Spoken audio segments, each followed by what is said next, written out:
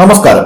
മുഖ്യമന്ത്രിയാവാനുള്ള പ്രത്യേക മിഷനും രഹസ്യ സർവേയും സർക്കാരിനെതിരായ പോരാട്ടങ്ങളുമെല്ലാം പരാജയപ്പെട്ട ശേഷം പ്രതിപക്ഷ നേതാവ് വി.ഡി. സതീശൻ നയിക്കുന്ന പുതിയ പരിപാടിയാണ് UDFന്റെ മലയോര സംരക്ഷണ ജാഥ.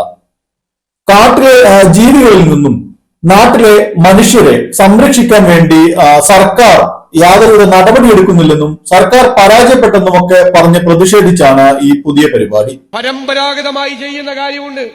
ശ്രീ സണ്ണി ജോസഫ് പോയി അദ്ദേഹത്തിന്റെ മണ്ഡലത്തിൽ ഉമ്മൻചാണ്ടി മുഖ്യമന്ത്രി ആയിരിക്കുമ്പോൾ ആറളത്ത് വൻ മതിലുണ്ടാക്കി, പൂർത്തിയാക്കിയിട്ടില്ല. ഇപ്പോൾ ഇവിടെ കിടങ്ങൾ ഉണ്ടാക്കും, മതിലുണ്ടാക്കും, സൗരോർജ്ജ വേലിയുണ്ടാക്കും, റെയിൽ ഗാർഡ് ഉണ്ടാക്കും, നിരവധി പരമ്പരാഗതമായ പ്രതിരോധ സംവിധാനങ്ങൾ ഉണ്ടാക്കും. ഞാൻ നിങ്ങളോട് പറയട്ടെ, നിയമസഭയിൽ ഞങ്ങൾ പറഞ്ഞു, കഴിഞ്ഞ 4 വർഷമായി 1 രൂപ ഈ സർക്കാർ അതിനുവേണ്ടി ചെലവാക്കിയിട്ടില്ല. 1 രൂപ. അപ്പൊ മലയോരത്തെ ജനങ്ങളെ അവരുടെ വിധിക്ക് വിട്ടുകൊടുത്തിരിക്കുകയാണ്. വിധി സംഭവിച്ച പോട്ടെ. ഒരു ദിവസം മന്ത്രി ഞങ്ങളോട് പറഞ്ഞത്, ഞാൻ മന്ത്രിയായതുകൊണ്ടാണോ ആന കാട്ടിൽ നിന്ന് ഇറങ്ങുന്നതെന്നാണ് ചോദിച്ചത്. അത്ര ലാഘവത്വത്തോടു കൂടിയാണ് ഈ ഗവൺമെന്റ് ഇത് കൈകാര്യം ചെയ്യുന്നത്. കേന്ദ്ര ഗവൺമെന്റ് ചെയ്യണം. വൈൽഡ് ലൈഫ് ആക്ട്, വന്യജീവി നിയമം ഭേദഗതി വരുത്തണം. ഒരു സംശയമില്ല. ഞാൻ നിങ്ങളോട് വാക്കു പറയുന്നു, കേരളത്തിൽ നിന്ന് ജയിച്ചിട്ടുള്ള മുഴുവൻ UDF MPമാരും ഇന്ത്യൻ പാർലമെന്റിൽ വൈൽഡ് ലൈഫ് ആക്ട് ഭേദഗതി വരുത്താനുള്ള പോരാട്ടം തുടരുക തന്നെ ചെയ്യും. അത് ആക്ടിന് ഭേദഗതി വരുത്തുന്നത് വരെ. പക്ഷെ സംസ്ഥാന ഗവൺമെന്റിന് ചെയ്യാവുന്ന നിരവധി കാര്യങ്ങളുണ്ട്. ആധുനികമായ സങ്കേതങ്ങളുണ്ട്, അക്വാസം ഡിറ്ററൻ സംവിധാനമുണ്ട്, നിരവധി പരിപാടികൾ.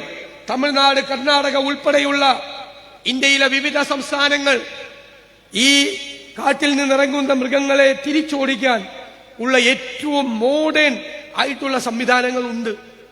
അതൊന്നും അന്വേഷിച്ചിട്ട് പോലുമില്ല കേരളത്തിലെ ഈ വന്യജീവി വകുപ്പ്, അന്വേഷിച്ചിട്ട് പോലുമില്ല. ഇങ്ങനെ വേലി കെട്ടുകയോ കിടങ്ങ് കുഴിക്കുകയോ മതിൽ കെട്ടുകയോ ഒന്നും ചെയ്യാത്തത് കൊണ്ടാണ് ആനയും വന്യമൃഗങ്ങളും ഒക്കെ ഇതുപോലെ നാട്ടിലേക്ക് ഇറങ്ങുന്നത് എന്നാണ് വി.ഡി. സതീശൻ പറയുന്നത്. സംഭവം ശരിയായിരിക്കും. വി.ഡി. സതീശൻ എന്ത് പറഞ്ഞാലും പഠിച്ചിട്ടേ പറയൂ എന്നൊക്കെയാണ് ആരാധകർ പറയുന്നത്. ആ നിലയ്ക്ക് ഇക്കാര്യങ്ങളും ശരിയായിരിക്കും. എന്തായാലും സതീശൻ ജിയുടെ മൈ ഡിയർ ഫ്രണ്ടും മുൻ വനമന്ത്രിയുമായ നമ്മുടെ KPCC അധ്യക്ഷൻ K. സുധാകരൻ ഇക്കാര്യം എന്തായാലും സമ്മതിക്കും. ഞാൻ ഈ വകുപ്പ് മന്ത്രിയായിരിക്കുമ്പോ ആന, നമുക്കറിയാം, ആനയെ കുറിച്ച് നിങ്ങളോട് ഞാൻ പറയേണ്ടതായിട്ടില്ല. ആനയെല്ലാം ചവിട്ടിപ്പൊളിച്ച് അകത്ത് കിടക്കുന്ന പാർട്ടിയാണ്. ഞാൻ ആദ്യമായി ഉദ്യോഗസ്ഥന്മാരെയൊക്കെ വിളിച്ചിരുത്തി ചർച്ച നടത്തി. ഉദ്യോഗസ്ഥന്മാരും ഞാനും കൂടെ തീരുമാനമെടുത്തു. എന്തേ? ഇലക്ട്രിക് ഫെൻസിങ്, എല്ലാ അതിർത്തിക്കും ഇലക്ട്രിക് ഫെൻസിങ് ആക്കാമെന്ന് പറഞ്ഞു. അങ്ങനെ ഇലക്ട്രിക് ഫെൻസിങ് ആക്കി കേരളത്തിൽ. പക്ഷേ ഞാൻ ധരിച്ചു, ആ ഇലക്ട്രിക് ഫെൻസ് കെട്ടിയതിന് ശേഷം ആന ഒന്നും കടന്നു പോകൂല, മുറിച്ചു പോകൂല. പക്ഷേ ആന ആദ്യം ഈ തുമ്പിക്കൈ കൊണ്ടുപോയി അവിടെ വെക്കുമ്പോ തുമ്പിക്കൈ തെറിക്കും, അപ്പൊ ആന പോവും. അങ്ങനെ പോയി കുറച്ച് കഴിയുമ്പോ ആന എന്താക്കി? ആന മരക്കൊമ്പ് മുറിച്ച് അടിച്ചു പൊട്ടിച്ച് മരക്കൊമ്പ് അടിച്ചു പൊട്ടിച്ച് ആ പൊട്ടിച്ച ആ മരക്കൊമ്പുമായി വന്ന് ഈ കമ്പി അടിച്ച് പൊട്ടിച്ച് ആന കടന്നുപോയി.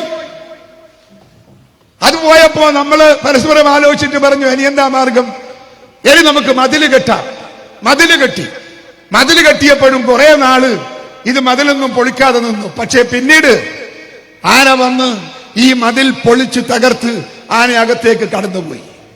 2ാം വട്ടം തോറ്റു. 3ാം വട്ടം നമ്മൾ ഇതിന്റെ ബോർഡറിൽ നമ്മൾ കുഴിച്ച് മീറ്റർ കണക്കിന് ആഴത്തിൽ മണ്ണ് മാന്തി എടുത്ത് വെള്ളം നിറച്ചു വെച്ചു. ആന വന്ന് ആദ്യം നോക്കി, വെള്ളം കണ്ടപ്പോ ആന തിരിച്ചുപോയി. പക്ഷെ ഒരു 10-20 ദിവസം കഴിഞ്ഞപ്പോ ആന വന്ന് ഈ കുഴിയുടെ അകത്തേക്ക് മണ്ണ് കാലുകൊണ്ട് അടിച്ച് ചവിട്ടി മണ്ണിട്ട് മണ്ണ് നേർത്തി ആന അകത്ത് കയറി. ആന പോയി. നമ്മളെ പിന്നെ അവിടെ പണി നിർത്തി. ഇവനിടയ്ക്ക് ഒന്നും നടക്കൂല എന്ന് മനസ്സിലായപ്പോ ഞങ്ങൾ ആ പണി നിർത്തി. ഇന്നിപ്പോ നമ്മൾ അഭിമുഖീകരിക്കുന്ന ദുരന്തം അത് തന്നെയാണ്. അന്നേ ഞങ്ങളിൽ ആരംഭിച്ച ദുരന്തം തന്നെയാണ് ഇന്ന് കേരളത്തിൽ ഞാനും നിങ്ങളും അഭിമുഖീകരിച്ചു കൊണ്ടിരിക്കുന്നത്. ഞങ്ങളിൽ ആരംഭിച്ച ദുരന്തമാണ് ഇപ്പോൾ കേരളം അഭിമുഖീകരിക്കുന്നത് എന്ന് K. സുധാകരൻ തന്നെ പറഞ്ഞ സ്ഥിതിക്ക് മലയോര സംരക്ഷണ കുംഭസാര യാത്ര എന്ന് പേര് മാറ്റുന്നതാവും ഉചിതം. വന്യജീവികളെ സംരക്ഷിക്കണം എന്നാണ് കെ സുധാകരൻ പറയുന്നത്. എന്നാൽ വന്യജീവികളിൽ നിന്ന് മനുഷ്യനെ സംരക്ഷിക്കണം എന്നാണ് നമ്മുടെ വി.ഡി. സതീശൻ പറയുന്നത്. മനുഷ്യൻ ജീവിക്കുന്ന ജനവാസമുള്ള സ്ഥലം എന്തിനാണ് റിസർവ് ഫോറസ്റ്റായി നോട്ടിഫൈ ചെയ്യുന്നത്? ആരോടുള്ള വിരോധം തീർക്കാന്? ജനങ്ങൾ താമസിക്കുന്ന സ്ഥലം നോട്ടിഫൈ ചെയ്യാണ് റിസർവ് ഫോറസ്റ്റായി. പിന്നെ കാട ജീവിക്കാൻ പറ്റില്ല, പുറത്താവും അവിടെ നിന്ന്. പിന്നെ ബഫർ സോൺ, കട്ടപ്പന ടൗൺ വരെ ബഫർ സോണാണ്. ടൗണേ ജനങ്ങൾ തിങ്ങിപ്പാർക്കുന്ന ടൗൺ വരെ ബഫർ സോൺ ആക്കണം. ഈ കേരള ഗവൺമെന്റ് ആ വിഷയത്തിൽ എന്ത് ചെയ്തു? എന്ത് നടപടി സ്വീകരിച്ചു? വയനാട്ടിൽ ജാഥ എത്തുമ്പോൾ മൃഗങ്ങൾ ആക്രമിച്ച് കൊലപ്പെടുത്തിയ ആളുകളുടെ കുടുംബത്തോടൊപ്പം നിൽക്കുന്നത് പോലെ തന്നെ പാർട്ടിക്ക് വേണ്ടി രക്തസാക്ഷിയായ DCC ട്രഷററുടെയും മകന്റെയും കാര്യത്തിൽ കൂടി വി.ഡി. സതീശൻ ജി പ്രതിഷേധിക്കുമെന്ന് നമുക്ക് കരുതാം. എന്തായാലും ജാഥ പുരോഗമിക്കട്ടെ. മറ്റൊരു വിഷയവുമായി കാണുന്നതുവരെ നന്ദി, നമസ്കാരം. ഈ വീഡിയോ നിങ്ങൾക്ക് ഇഷ്ടപ്പെട്ടെങ്കിൽ ലൈക്ക് ചെയ്യാനും ഷെയർ ചെയ്യാനും ഒപ്പം ഞങ്ങളുടെ ചാനൽ സബ്സ്ക്രൈബ് ചെയ്യാനും മറക്കരുത്. ഈ വീഡിയോ സംബന്ധിച്ച നിങ്ങളുടെ അഭിപ്രായങ്ങൾ കമന്റായി രേഖപ്പെടുത്തുക. വാർത്താ നെക്സ്റ്റിന്റെ എല്ലാ വീഡിയോയും മറക്കാതെ കാണാൻ നിങ്ങൾ ശ്രദ്ധിക്കുമല്ലോ.